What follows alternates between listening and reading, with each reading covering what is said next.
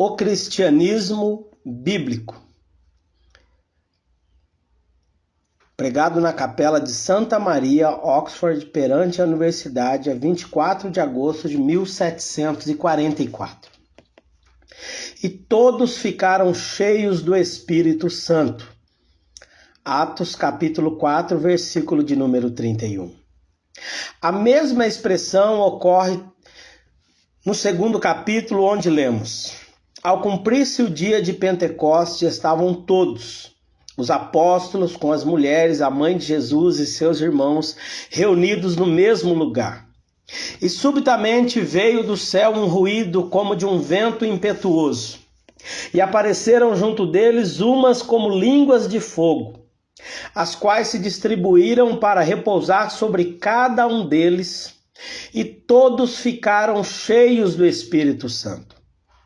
O imediato efeito disto foi que começaram a falar em outras línguas, de modo que pardos, medos, selemitas e outros estrangeiros, que se reuniram quando se produziu o rumor, ouviram-nos contar em suas diversas línguas as obras maravilhosas de Deus. Atos 2, de 1 a 6. Neste capítulo, lemos que, estando os apóstolos e irmãos e orando e louvando a Deus, tremeu o lugar em que estavam e congregando, e todos ficaram cheios do Espírito Santo.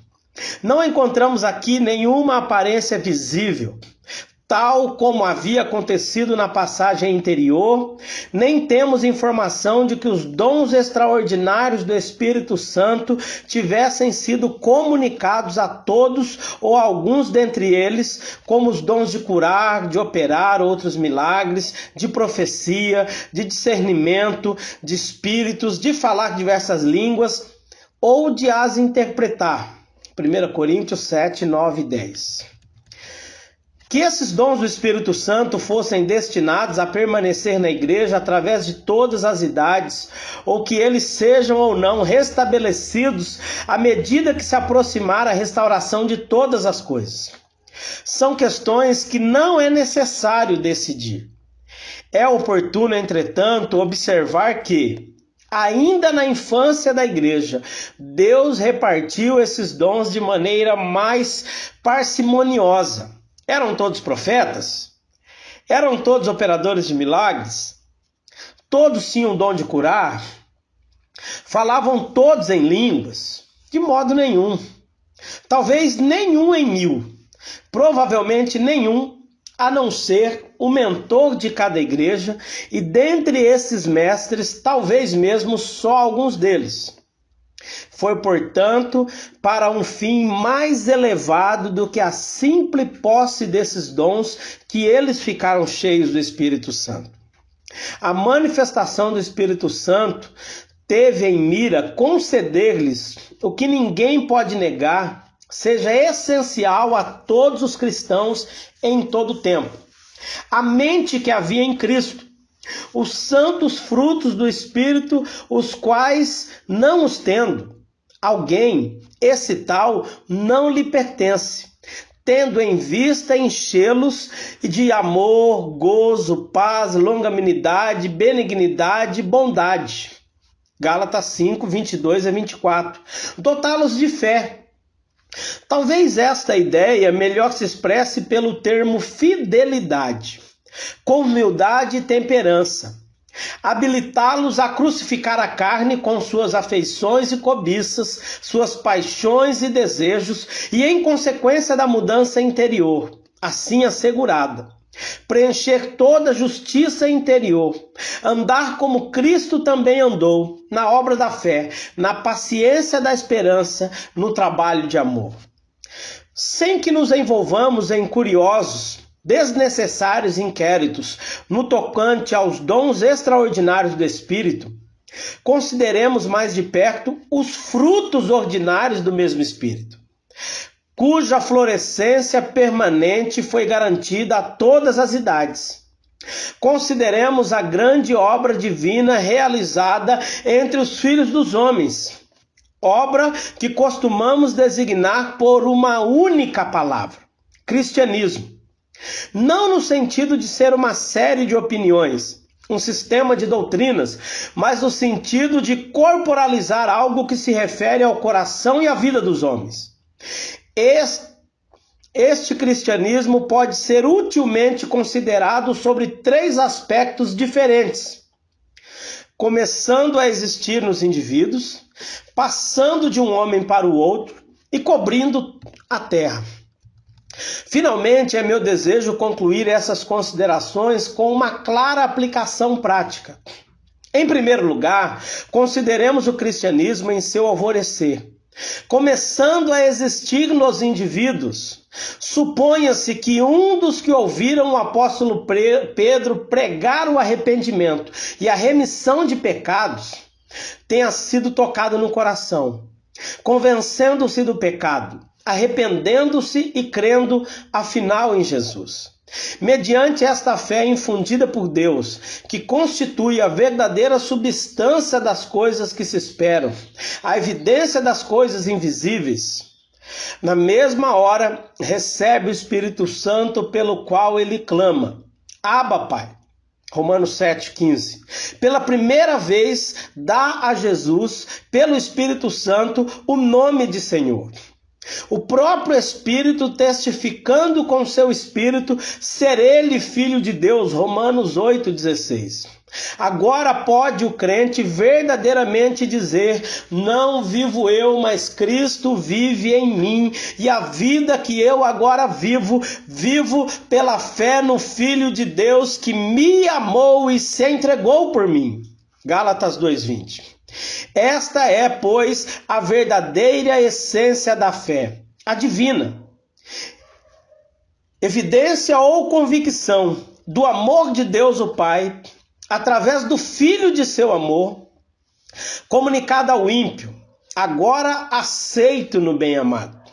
E sendo justificado pela fé, tem paz com Deus. Romanos 5,1. Sim, tem a paz de Deus reinando em seu coração.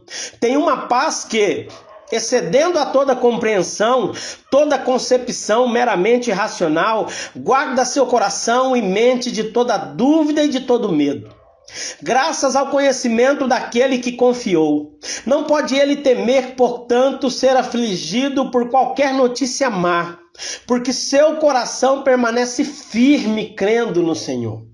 Não teme o que lhe possa fazer o homem, sabendo que mesmo seus próprios cabelos estão todos contados. Não teme os poderes das trevas, que o Senhor está cada dia mais decisivamente esmagando sob os pés. Muito menos teme a morte, antes deseja partir e estar com Cristo, o qual, através da morte, destruiu o que possuía o poder da morte, isto é, o diabo, e libertou os que pelo temor da morte estavam até então e por toda a vida sujeitos à escravidão. Hebreus 2,15. Deste modo, sua alma engrandece ao Senhor e seu espírito se alegra em Deus, seu Salvador.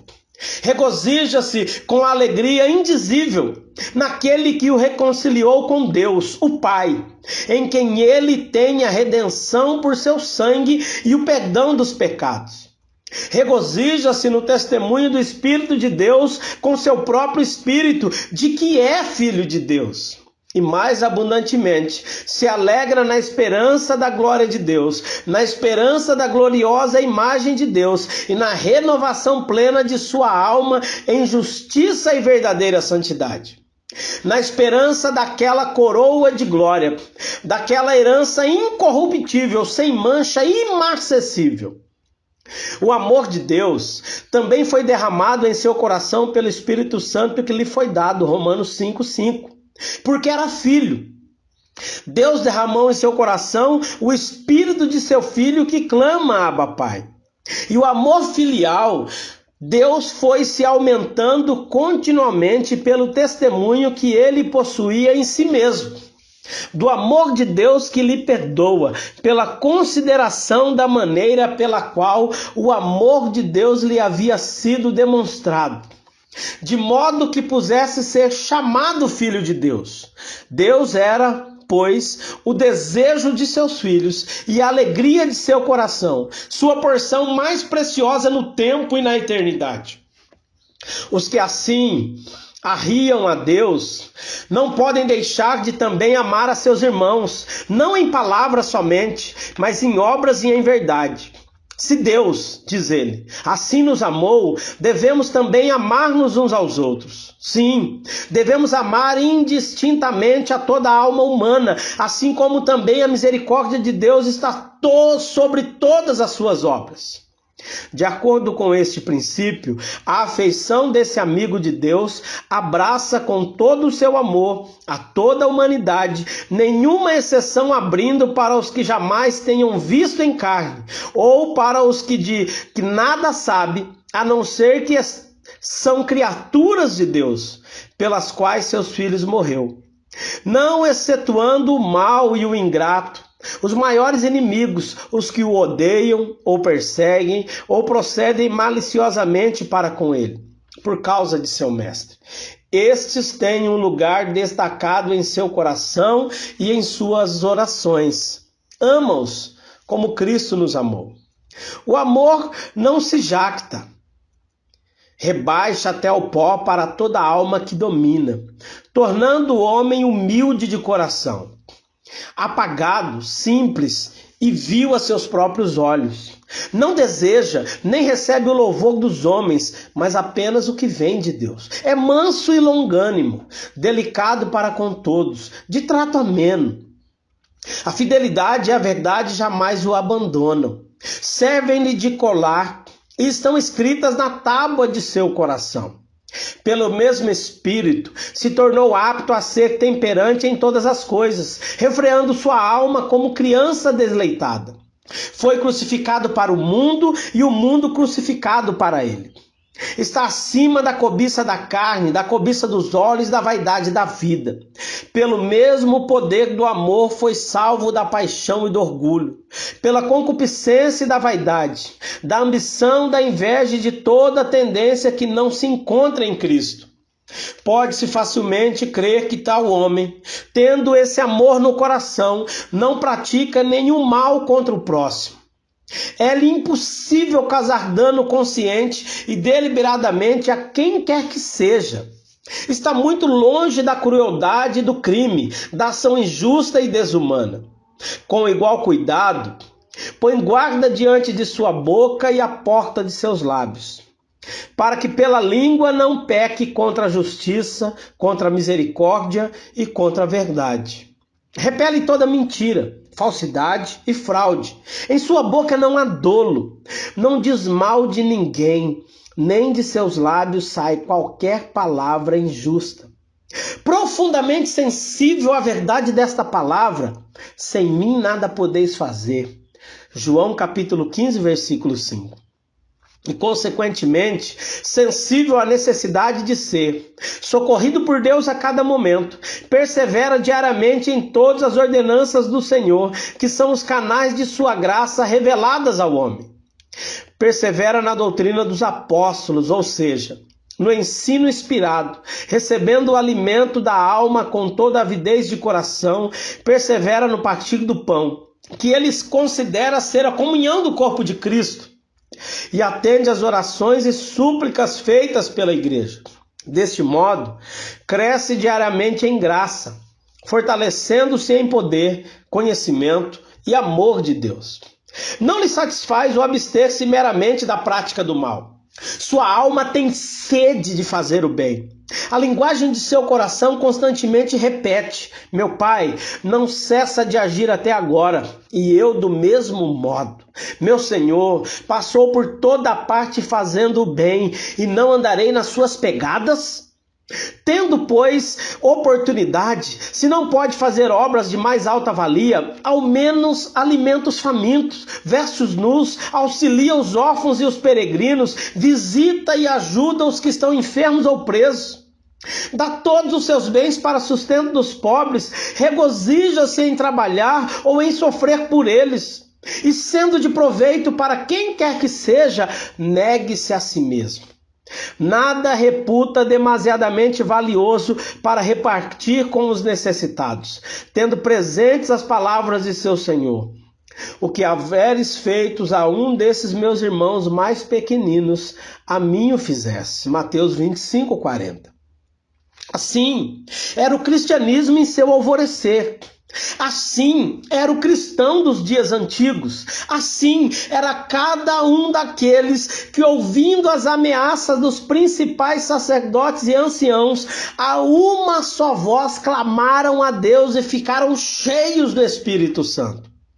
A multidão dos que creram possuía um só coração e uma só alma. Tanto o amor daquele em quem tinham crido e os constrangia o amor recíproco. Nem dizia alguns deles que as coisas que possuía fossem suas, mas tinham tudo em comum.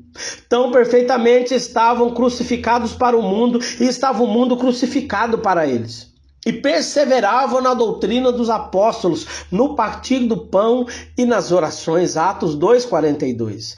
E a abundante graça havia em todos eles. Nenhum necessitado se encontrava entre os irmãos, porque, havendo muitos que eram proprietários de casas e de terras, vendiam-nas e, trazendo os produtos da venda, depositavam-nos aos pés dos apóstolos, fazendo a distribuição por todos, segundo a necessidade de cada um. Atos 4, de 31-35. Em segundo lugar, lancemos a vista sobre esse cristianismo, passando-se de uma para outra alma e gradualmente avançando rumo à conquista do mundo. Porque essa era a vontade de Deus no tocante à nossa crença. Pois que ninguém acende uma candeia para colocá-la debaixo do alqueire, mas para que ilumine a todos que estão na casa. Nosso Senhor dissera a seus primeiros discípulos: vós sois o sal da terra, a luz do mundo. E isto justamente na ocasião em que formulava este mandamento de ordem geral: luz a vossa luz diante dos homens, para que eles vejam vossas obras e glorifiquem o vosso Pai que estás nos céus. Mateus 5, de 13-16. E na verdade, supondo que uns poucos dentre esses amigos de Deus e da humanidade vissem todo mundo posto na injustiça, podemos crer que ficassem indiferentes a essa contemplação, indiferentes à miséria daqueles por quem seu Senhor também morrera. Não se lhes moveriam as entranhas e não lhe bateria o coração com maior estremecimento? Poderiam estar ociosos durante todo o dia, mesmo quando não tivessem sido diretamente chamados por eles a quem amavam? Não fariam, ao revés, todo o esforço, usando de todos os meios possíveis para subtrair alguns daqueles tições fumegantes à fornalha ardente? Sim, indubitavelmente não poupariam energias para reconduzir os pobres, ovelhas desgarradas, ao grande pastor e bispo de suas almas. Assim, o faziam os cristãos dos velhos tempos.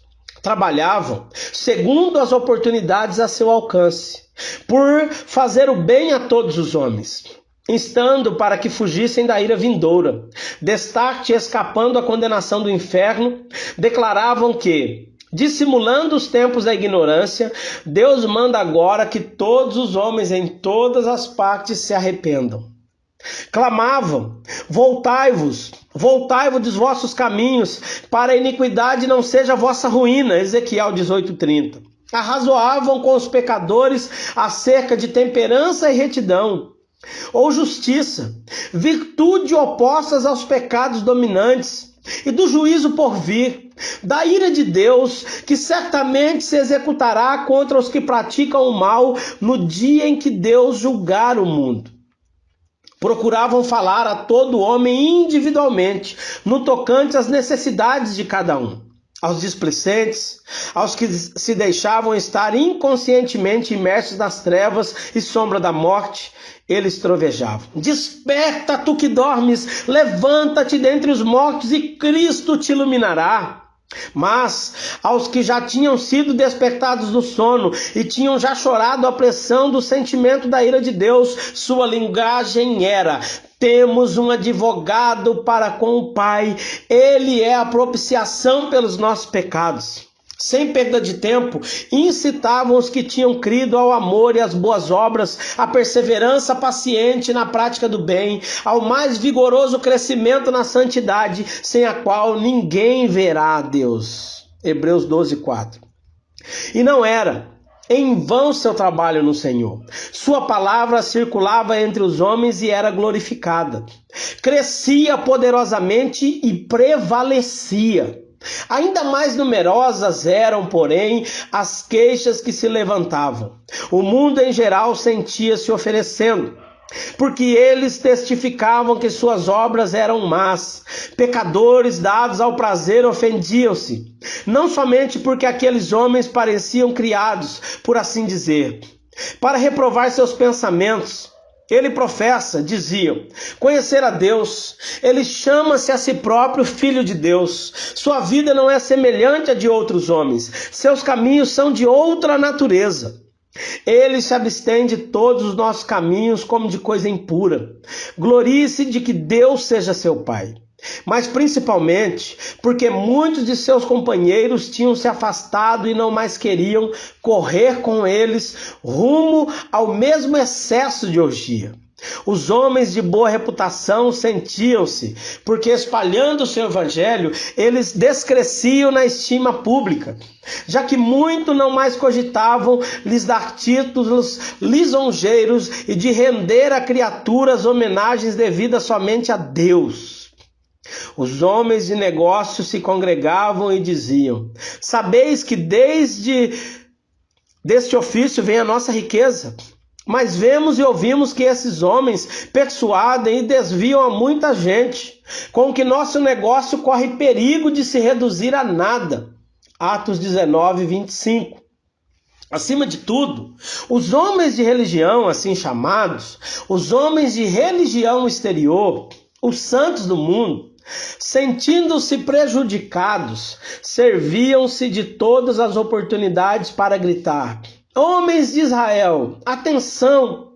Achamos serem esses indivíduos sectários, pestilentos e promotores de sedição por todo o mundo.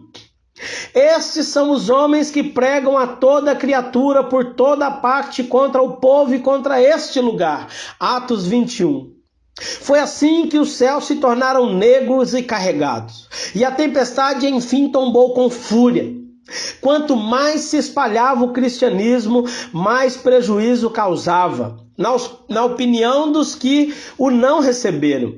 E aumentava-se cada vez mais o número dos que se iravam contra os homens, que assim transtornaram o mundo, de modo que clamavam com crescente rancor: tirai da terra esses homens, não convém que eles vivam. Além disso, criam sinceramente que prestaria serviço a Deus quem quer que os matasse. Entretanto, os inimigos não cessavam de apresentar o nome dos cristãos como abominável, sendo que por toda parte se falava mal desta seita. Atos 28:22.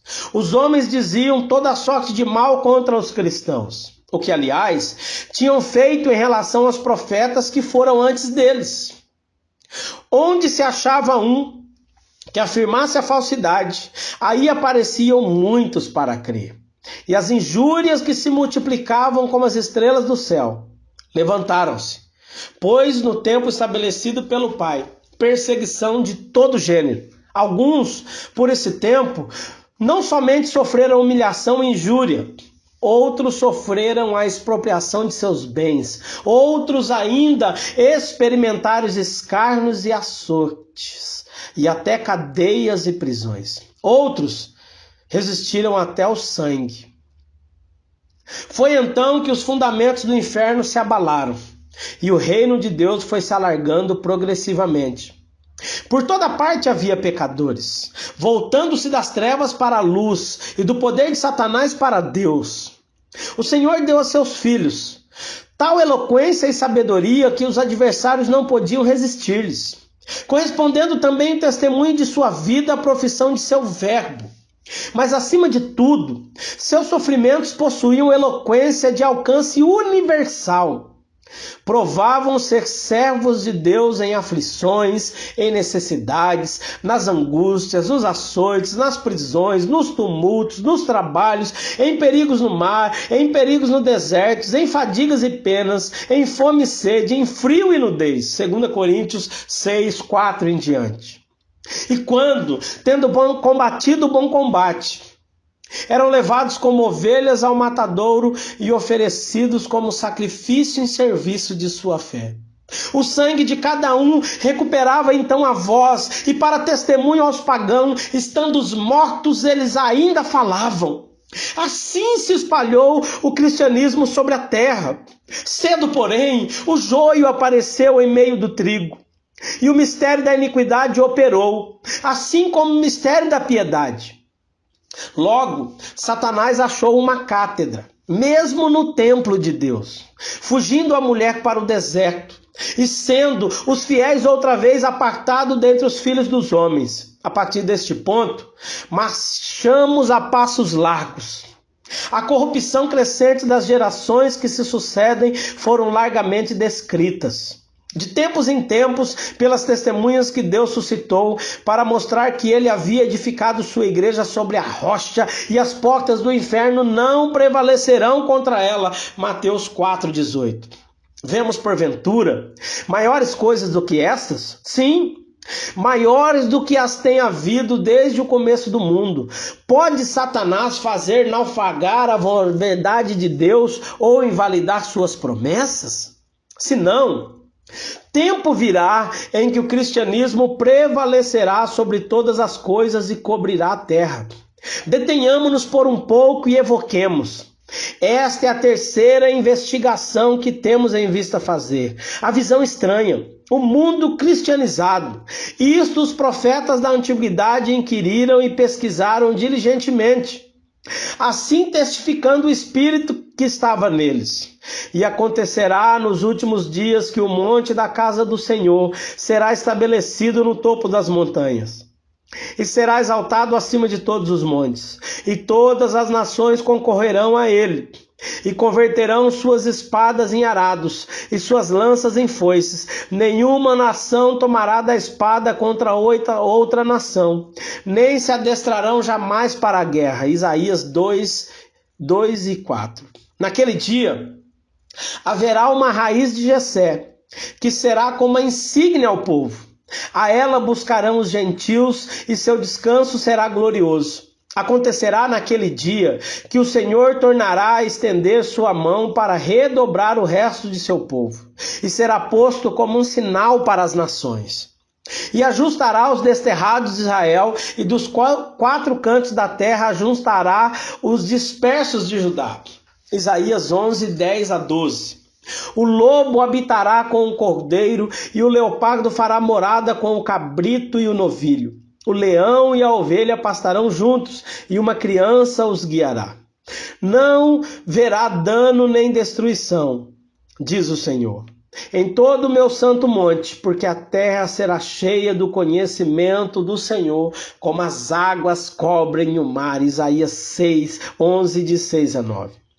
No mesmo sentido, são as palavras do grande apóstolo, palavras que evidentemente nunca foram cumpridas. Porventura, rejeitou Deus ao seu povo? De modo nenhum.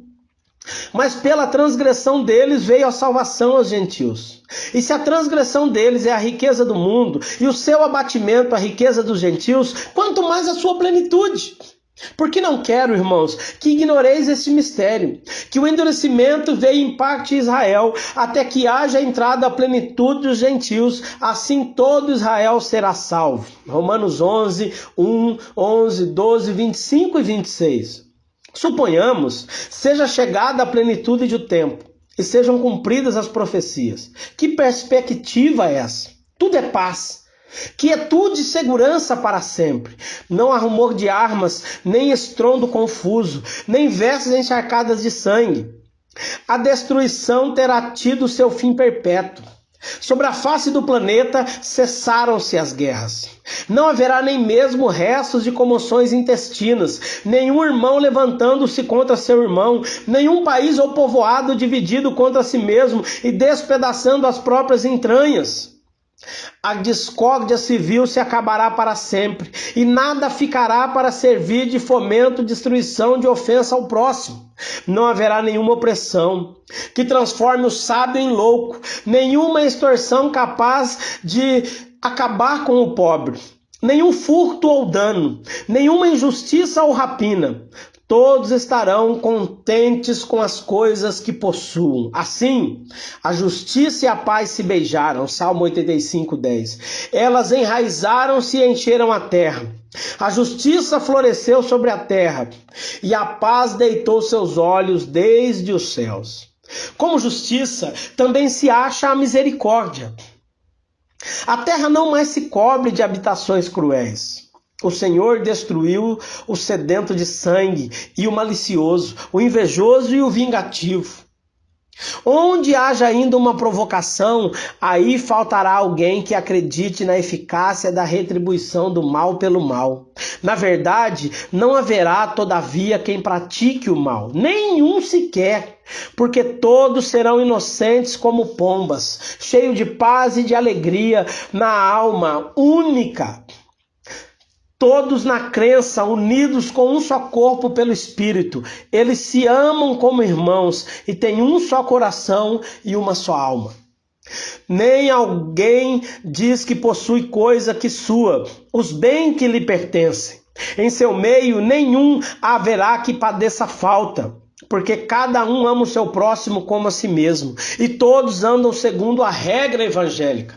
Aquilo que quer que os homens vos façam, fazei-o semelhantemente a eles. Segue-se que nenhuma palavra má se há de ouvir entre eles, nenhuma contenda de língua, nenhuma controvérsia de qualquer espécie, nenhuma exprobação ou maledicência, mas cada um abrirá sua boca com sabedoria, e em sua língua existirá a lei da ternura. São igualmente incapazes de fraude e engano. Seu amor é sem dissimulação. Suas palavras são sempre a justa expressão do pensamento. Tem, por assim dizer, uma janela aberta em seu próprio peito, para que vejam o seu coração os que o quiserem, e verifiquem que somente o amor de Deus ali impera. Sendo assim, onde o Senhor onipotente exerce seu poder admirável e reina subjugando todas as coisas a si mesmo, todo o coração transborda de amor e toda a boca se enche de ações de graças.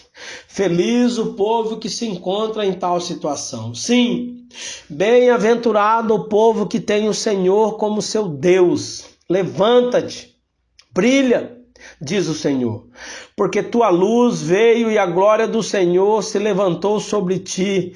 Conheceste que eu, o Senhor, sou teu Salvador e teu Remidor, o poderoso Deus de Jacó. Fiz de teus oficiais paz e de teus exatores justiça. Jamais se ouvirá de violência em tua terra, de ruína ou devastação em teus limites. Jamais chamarás a teu muro salvação e a tuas portas louvor. Todo o teu povo será uma nação de justos, estes mais será a tua luz durante o dia. Nem para iluminar a lua te dará seu brilho, mas o Senhor será para ti uma luz eterna e Deus será a sua glória. Isaías 60. Tendo, pois, considerado ainda que brevemente o cristianismo em seu começo, em seu crescimento e cobrindo afinal a terra, resta somente que eu conclua com uma aplicação clara e prática. Em primeiro lugar, desejo inquirir: onde existe agora esse cristianismo? Onde, pergunto, vivem os cristãos? Qual é o país cujos habitantes estão cheios do Espírito Santo, possuindo todos um só coração e uma só alma, que não toleram que ninguém sofra privações, mas continuamente dão a cada um segundo suas necessidades, tendo cada um todos o amor de Deus, e lhes encher o coração, constrangendo-os a amar os seus próximos como a si mesmo, todos possuindo corações compassivos, humildade de espírito, paciência e longanimidade, não ofendendo de modo algum, nem por palavras, nem por atos, a justiça, a misericórdia e a verdade. Em todos os sentidos, e a todos os homens, os que queriam que eles lhes fizessem, podemos com propriedade chamar cristão a um país que não corresponda à descrição ora feita. Confessemos, neste caso, que jamais vimos sobre a terra um país cristão. Eu suplico-vos, irmãos, pela misericórdia de Deus, que ainda que considereis como louco ou insensato, todavia me suporteis como um louco. É de urgente necessidade que alguém use para convosco de grande clareza de linguagem. Isto se torna mais especialmente necessário nesta oportunidade. Por quê? Quem sabe se não será esta a última? Quem sabe se o justo juiz não dirá em breve: não mais intercederei por este povo. Se Noé, Daniel e Jó estivessem nesta terra, não fariam outra coisa senão salvar a própria alma. E quem usaria desta fraqueza senão eu? Por isso ainda falarei. E vos conjuro, pelo Deus vivo, que não endureçais os vossos corações, predispondo-os contra a recepção de uma bênção trazida pelas minhas mãos. Não digais em vossos corações: não perturbeis, nem persevereis, ou em outras palavras: Senhor, não envies o que queres enviar, prefiro perecer em meu próprio sangue a ser salvo por este homem. Irmãos, estou persuadido de coisas melhores acerca de vós, embora eu assim fale. Permiti, pois, que vos pergunte, em terno amor e no espírito de humildade: esta cidade é cristã? Encontra-se aqui o cristianismo bíblico? Estamos nós, considerados na coletividade que formamos, tão cheios do Espírito Santo, que sintamos o coração transbordante, forçando-nos a mostrar em nossas vidas os frutos genuínos desse mesmo Espírito?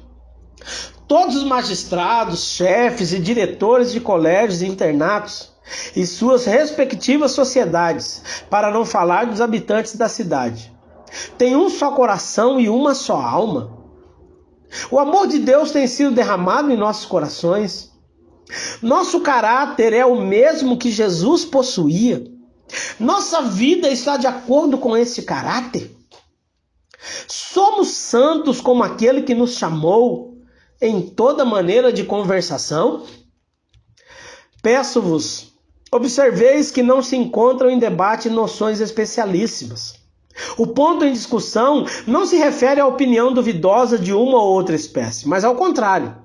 O que está em jogo interessa aos ramos principais, indubitáveis, se tais existem, de nosso comum cristianismo. Apelo para a vossa consciência, guiada pela palavra de Deus, no sentido de que essa questão se decida, que vai em paz o que não for condenado pelo próprio coração. No temor e na presença de Deus, perante o qual vós e eu devemos em breve comparecer, rogo-vos, pois, a vós que tendes autoridade sobre nós, e a quem eu reverencio em atenção ao ofício que exerceis, que considereis, não a maneira dos que iludem a Deus, se estáis cheios do Espírito Santo. Estais vividamente retratando aquele que fosse chamados a representar entre os homens? Eu disse: vós sois deuses, vós, magistrados e governadores, estais pelo ofício ligados estreitamente ao Deus dos céus? Em vossos vários postos e encargos deveis mostrar-nos o Senhor, nosso governador. Todos os pensamentos de vosso coração, todas as vossas inclinações e vossos desejos coincidem com a santidade de vossa alta vocação? Todas as vossas palavras se assemelham às que saem da boca de Deus? Há dignidade e amor em todas as vossas ações, e uma grandeza que as palavras não podem expressar, e que somente podem destruir ou defluir de um coração cheio de Deus. Todavia, em tudo consistente com o caráter do homem que é verme, e do filho do homem que é verme. Veneráveis senhores, que fostes mais especialmente chamados para formar a mente tenra da juventude, para delas espancar as sombras da ignorância e do erro, e erguer os moços e condições de sábio para a salvação, estáis cheios do Espírito Santo, produzindo todos os frutos do Espírito, que vosso importante ofício tão indispensavelmente requer. Todo o vosso coração está em Deus, cheio de amor e zelo, suficientes à edificação na terra de seu reino. Constantemente lembrais os que estão sob o vosso cuidado, que o único fim racional de todos os vossos estudos é conhecer, amar e servir ao único verdadeiro Deus e a Jesus Cristo a quem ele enviou. Inculcai neles, dia a dia, aquele amor que nunca se acaba. Quer água-línguas, elas cessarão. Conhecimentos filosóficos se esvairão. Inculcais a convicção de que sem amor, toda erudição não passa de ignorância esplêndida, pomposa loucura, vexação do espírito. Todos os vossos ensinamentos tendem para o amor de Deus e, consequentemente, conduzem ao amor de toda a humanidade. Tende os olhos fixos nesse objetivo, qualquer que seja seja a espécie, a forma e a devida medida dos estudos que façam os moços, desejando que qualquer que seja a tarefa que toque a esses jovens soldados de Cristo, sejam eles outras tantas luzes acesas e brilhantes, adornando o Evangelho de Cristo em todas as coisas. Trabalhais nesse sentido? Permita-lhes perguntar. Aplicais vossa energia na vasta obra que empreendestes? Trabalhais nela com toda a vossa força, exercitando todas as vossas faculdades de vossa alma, usando de todos os talentos que Deus vos emprestou, e isto até o limite máximo da vossa capacidade? Não se diga que falo aqui como se todos que se acham debaixo do vosso cuidado fossem clérigos. Não. Falo como se todos fossem cristãos. Que exemplo lhes damos? Nós que desfrutamos dos benefícios de nossos antepassados. Que exemplo é dado pelos colegas, estudantes, letrados e mais especialmente por aqueles que são da mesma condição e dignidade? Produzis em abundância, irmãos, os frutos do Espírito, em humildade de mente, em abnegação e mortificação, em serenidade e compostura de espírito, em paciência, brandura, sobriedade, temperança e infatigável, incansável empenho de fazer toda sorte de bem a todos os homens, mitigando suas necessidades temporais e levando suas almas ao verdadeiro conhecimento do amor de Deus. Esse é o caráter geral das lentes?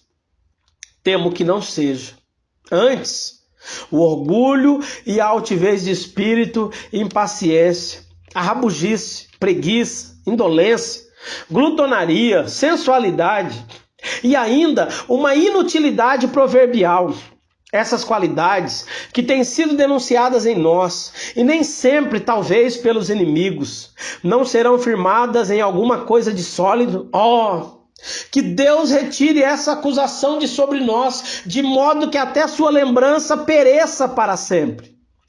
Muitos de nós somos mais imediatamente consagrados a Deus, chamados que fomos a ministrar nas coisas santas. Somos nós modelos no resto, na palavra, na conservação, na caridade, no espírito, na fé, na pureza. Somos modelo.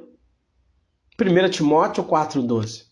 Está escrito em nossa fronte e em nosso coração: santidade ao Senhor. Que motivo nos levaram a abraçar este ofício? Foi esta missão empreendida com olhos simples para servir a Deus?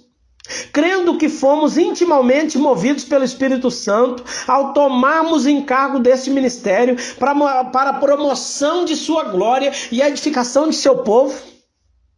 Estamos nós, evidentemente resolvidos pela graça de Deus, a devotar-nos totalmente a este ofício. Esquecemos o pomos da parte, tanto quanto de nós dependa, todos os cuidados e estudos seculares. Aplicamos-nos inteiramente a essa tarefa única e conduzimos todos os nossos cuidados e estudos de acordo com tal desígnio. Somos aptos para ensinar. Somos ensinados por Deus, de modo a podermos também ensinar a outros. Conhecemos a Deus, conhecemos a Jesus Cristo. Deus revelou seu Filho em nós, fez-nos ele ministros capazes de novo pacto. Onde estão logo os selos de nosso apostolado? Quem, estando morto em delitos e pecados, foi vivificado mediante nossa pregação?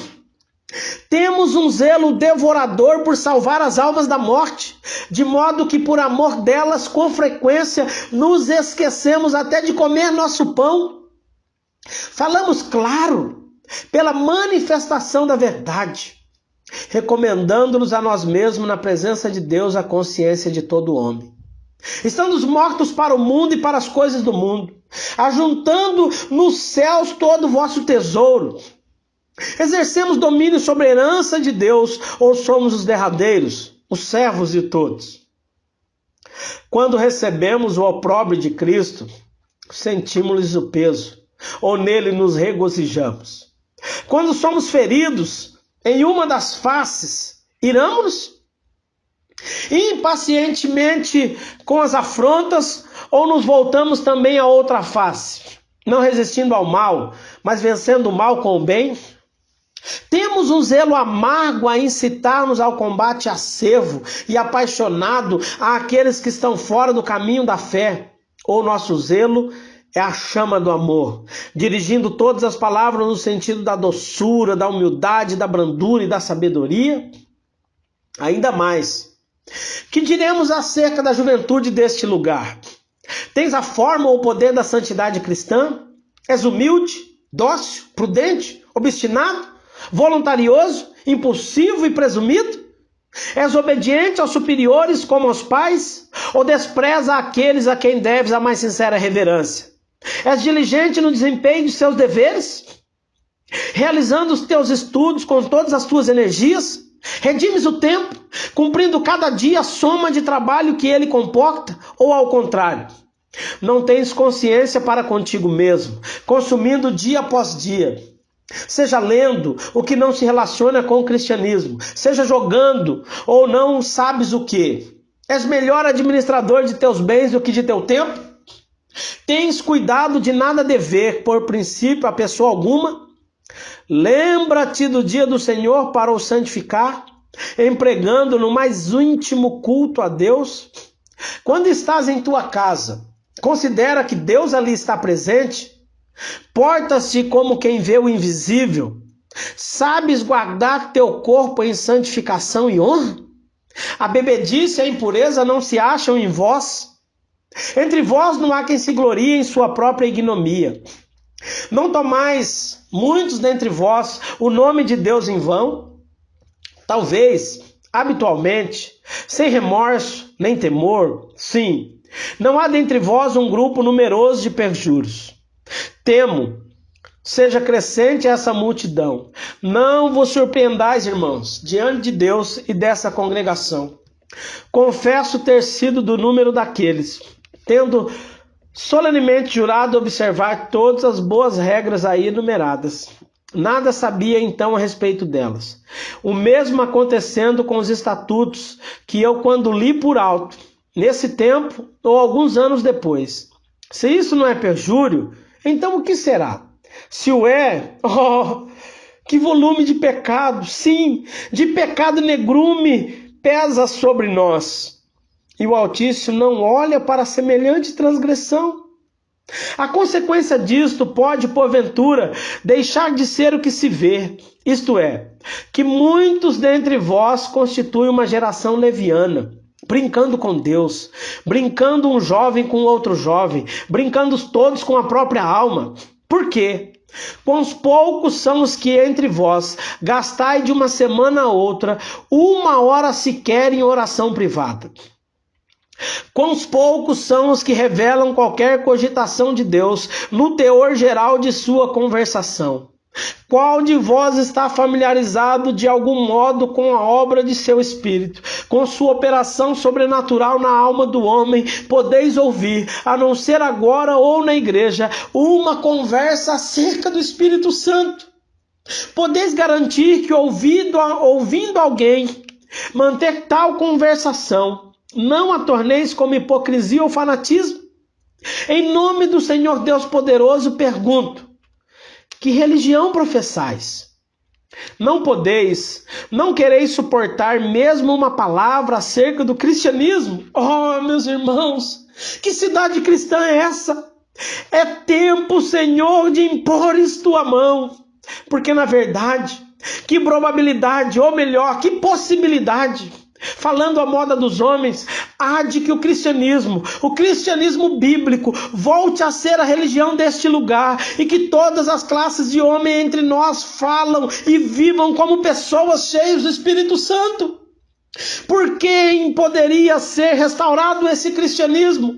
Por aqueles que dentre vós estáis revestidos de autoridade? Estáis, pois, convencido de que esse cristianismo não seja bíblico? Desejais que ele seja restaurado e estáis dispostos a não poupar vossa fortuna, liberdade, vossa vida, aos vossos próprios olhos preciosa, desde que possuais esses instrumentos dessa restauração? Suposto haja tal desejo, quem terá o poder proporcional ao efeito necessário? Talvez alguns de vós tenham feito um pouco de esforço débil, mas que com sucesso escasso. Será então o cristianismo restaurado por homens jovens, desconhecidos e obscuros? Não sei como poderá ser isto, sem que alguém saltasse a gritar: jovem, queres censurar-nos procedendo assim? Não há, entretanto, nenhum perigo de ser postos à prova. Tanto a iniquidade nos submergiu como num dilúvio. A quem, pois, enviará Deus? A fome, a peste, últimos mensageiros de Deus mandados a uma terra culpada, ou a espada, o exército romanistas estrangeiros para reconduzir-nos ao nosso primeiro amor. Antes caiamos em tuas mãos, ó Senhor, do que sermos abandonados à mão dos homens. Senhor, salva-nos ou pereceremos. Tira-nos do lodo para que não afundemos. Ajuda-nos contra esses inimigos, porque vão é o socorro do homem, mas a ti todas as coisas são possíveis, segundo a grandeza do teu poder. Preserva os que estão destinados à morte, preserva-nos pela forma de que pareça bem, não seja como queremos, mas como tu queres, Senhor. Amém.